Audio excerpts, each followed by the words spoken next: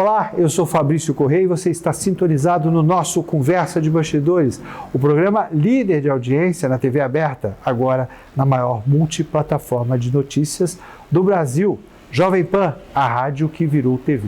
Às terças e quintas, logo após os Pingos dos Is, nós temos um encontro marcado. E a qualquer momento do seu dia, você pode conferir todos os nossos conteúdos no canal do YouTube da Jovem Pan São José dos Campos e na Panflix. No programa de hoje, eu recebo o diretor executivo da Agenvale, Marcelo Leandro. Graduado em Direito pela Univap e pós-graduando em Direito Notarial e Registral, Marcelo é o nosso convidado de hoje. Seja muito bem-vindo aos nossos estúdios aqui em São José dos Campos. Obrigado, Fabrício. Muito agradecido pelo convite, muito honrado de estar aqui e poder falar da nossa região metropolitana. Marcelo, eu estava ansioso por te receber no programa, né? Até porque eu sei que tem boas notícias para a nossa RM Vale e nós estamos no momento numa campanha Chega, uma campanha Jovem Pan contra o crime. Tá? Mas eu quero falar daqui a pouquinho sobre a questão do Muralha Paulista. Antes, eu queria que você falasse um pouquinho para o meu telespectador o que é a Agenvale.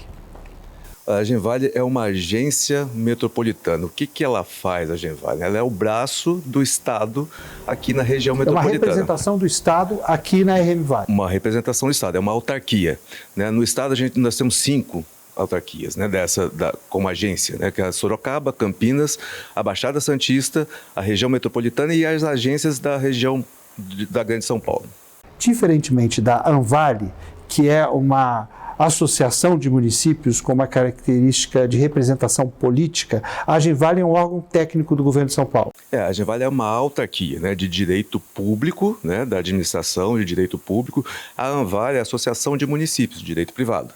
Então, são coisas diferentes. Nós estamos vinculados à Secretaria de Desenvolvimento Urbano e Habitação. A secretaria hoje é comandada pelo Marcelo Cardinale, Marcelo Branco, e nós estamos vinculados à secretaria. A Agenvale, sendo uma autarquia, ela tem autonomia administrativa para captar recursos, desenvolver projetos, sempre pensando na região como um todo, a região metropolitana. Não existe na Agenvale projetos específicos para um município ou outro, né? Sim, projetos que beneficiam toda a região metropolitana. E os municípios integram a Agenvale por meio de um conselho onde os prefeitos têm assento, é isso? Os municípios integram a Agenvale por fazer parte da região metropolitana. A região metropolitana do Vale do Paraíba e Litoral Norte, ela é composta de 39 municípios, os 35 do Vale e os 4 do Litoral Norte. E nesse sentido, o Conselho, ele aponta não só projetos de desenvolvimento regional, mas também os anseios de cada cidade para esse debate. O Conselho é o órgão deliberativo e normativo que norteia quais são os projetos que são necessários para as regiões, né? As câmaras técnicas estão sendo instaladas para a discussão de cada demanda de cada município, que cada município tem e que será favorável para um grupo de municípios ali. Não precisa ser um projeto que beneficie os 39 municípios, mas projeto que às vezes beneficia 4 ou 5 municípios. Determinada região. Vale Histórico, Litoral Norte. Sempre pensando no ambiente regional. Nunca um município só. A Agenvale não tem essa predisposição de fazer projetos para um município. Sempre pensar como região metropolitana. E no governo Tarcísio, até por conta da vice-governadoria ter Felício Ramute, que conhece demais a região e foi um defensor fervoroso da Agenvale como um órgão que colaborasse, né, na expansão do desenvolvimento econômico integrado da região, hoje a Agenvale tem qual a principal meta para 2025? A principal meta para 2025 já era uma meta anterior, é o Muralha. Muralha Paulista. Colocar o Muralha Paulista, esse pedaço do Muralha Paulista aqui a licitação já foi aberta, né, Marcelo? Não foi aberta ainda. O edital está em fase de ajustes jurídicos. Tá? Porque no Estado você tem que passar por vários conselhos quando você vai fazer um projeto. Mesmo porque esse projeto é o primeiro que o governador Tarcísio está colocando aqui, que é uma parte do Muralha Paulista, que foi determinado por um decreto, né, que é um conjunto de soluções, né, de tecnologias para combater a mobilidade criminal. Como é que funciona isso? Né? Através de troca de dados, da base de dados, consulta de base de dados, imagens, inteligência artificial. Então, são vários nortes que tem dentro do Muralha Paulista geral e vai começar aqui pela região do Vale do Paraíba e Litoral Norte a primeira instalação. Né? O que é o Muralha Paulista? Colocar câmeras que cercam, que circundam todos os municípios e todos fazem comunicação e essa base de dados toda vai para São Paulo, para a Secretaria de Segurança Pública, e lá são disparados os alertas todos. Depois a gente pode até esmiuçar um pouco mais como vai funcionar. Mas aqui na região do Vale, que está sendo o primeiro projeto. Por isso, essas dificuldades que a gente tem em soltar o edital.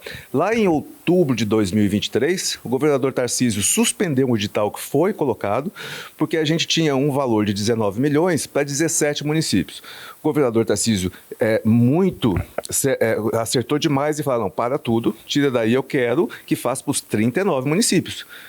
Não tem por que fazer só para 17. Mas já tem essa dotação orçamentária nova? Já temos a dotação orçamentária, que é a mesma. Investimento? É a mesma, 19 milhões e 700 mil. Está lá, mas está para contemplar agora os 39 municípios. Os 39 municípios. Né? O mesmo valor para 39 municípios. Essa licitação é basicamente para aquisição dessas câmeras ou é para operação desse projeto? Não tem aquisição de equipamento nenhum. Né? O contrato, você contrata de 30 meses para disposição das imagens, aquisição das imagens, as imagens que vão para o banco de dados. Então, todo o equipamento que vai ser colocado, que vai ser instalado, não vai ser comprado, né? É só as imagens que são compradas para ir para a base de dados. Não, tudo bem, mas esse equipamento o município vai ter a responsabilidade de ter ou o governo vai ceder por conta desse processo de aquisição de imagens? A empresa que ganha a licitação que vai fazer toda a instalação das câmeras, todos os postes, responsável pelo cabeamento, responsável pelos softwares de comunicação, tudo está dentro do edital para a empresa fazer. E os municípios que já têm uma vigilância por meio de câmeras, como São José dos Campos, Taubaté? A Secretaria de Segurança Pública, o que ela fez? Ela fez um mapeamento onde acontecia uma maior quantidade de crimes e ali ela determinou os pontos que vão ser instaladas essas câmeras. São 350 câmeras, 150 de LPR e 170 de IP. O que significa LPR? LPR são aquelas leituras de placas. IP são aquelas fixas que captam a imagem e fazem o tratamento da imagem. Então, foi conjugado isso, né, para fazer com as câmeras já estão instaladas no município também. Os municípios foram colocados os municípios nessa relação, onde são instaladas, para que eles pudessem fazer alguma adequação nas câmeras deles também. Nós vamos para um rápido intervalo comercial e eu volto em seguida com o diretor executivo da Agenvale, Marcelo Leandro.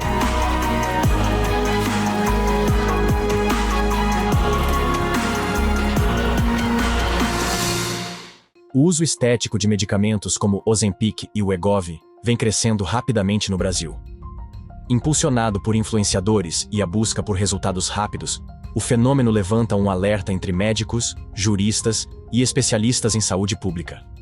A advogada Tamires Pandolfi Capello, pesquisadora especialista em direito médico e da saúde, alerta para os riscos da banalização desses medicamentos e comenta a proposta de tornar obrigatória a retenção da receita. Medicamentos análogos de GLP-1, que são os medicamentos conhecidos como Ozempic, Wegovy, Saxenda, o Mounjaro, que está chegando agora aqui no Brasil, eles são medicamentos registrados aqui no território para duas patologias, diabetes e obesidade. Acontece que o efeito terapêutico desses medicamentos é causar uma saciedade, né? O que traz o quê? Um emagrecimento aí, muitas vezes rápido. E isso faz com que ele possa ter um desvio de uso de finalidade de bula e possa ser utilizado muitas vezes para fins estéticos, né? E por ter muito essa característica, algumas vezes nós temos indícios que trazem que as pessoas fazem uso disso sem acompanhamento médico e muitas vezes sem qualquer prescrição médica, tendo até facilidade de comprar nos pontos de farmácia. Por isso, é um alerta sanitário, sim, o crescimento do uso desses medicamentos junto com a ausência de acompanhamento médico e desvio de finalidade. Por esse motivo, é importante que a Anvisa esteja atenta nisso e traga medidas de controle para o uso desses medicamentos para garantir aí a saúde pública aqui do Brasil.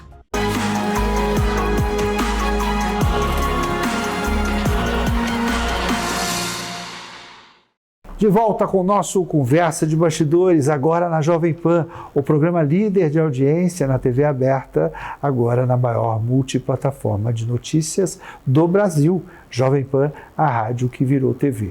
No programa de hoje eu recebo o diretor executivo da Agenvale, Marcelo Leandro. Marcelo, nós falamos sobre o Muralha Paulista, né? Agora, recentemente, nós tivemos a eleição para o presidente do Conselho de Prefeitos, né?